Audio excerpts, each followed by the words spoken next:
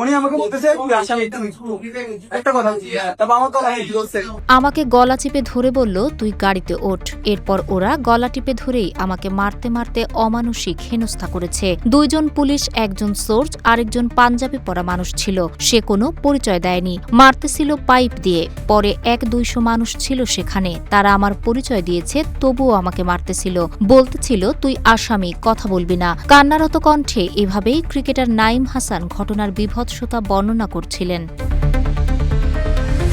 জীবন অবাক না করলে কে করবে? 28% মিল্ক ফ্যাটের অবাক করার সাথে ফ্রেশ মিল্ক পাউডার। জীবন অবাক করুক প্রতিদিন। প্রিমিয়ার লিগ খেলে ঢাকা থেকে নিজ শহর চট্টগ্রাম বিমানবন্দর থেকে অটোরিকশায় বাসায় ফিরছিলেন জাতীয় দলের ক্রিকেটার নাঈম হাসান। যাত্রাপথে গাড়ি থেকে নামিয়ে জোরপূর্বক পুলিশের গাড়িতে ওঠানো ও মারধরের পর অপহরণের চেষ্টা সহ বিস্তারিত জানান নাঈম।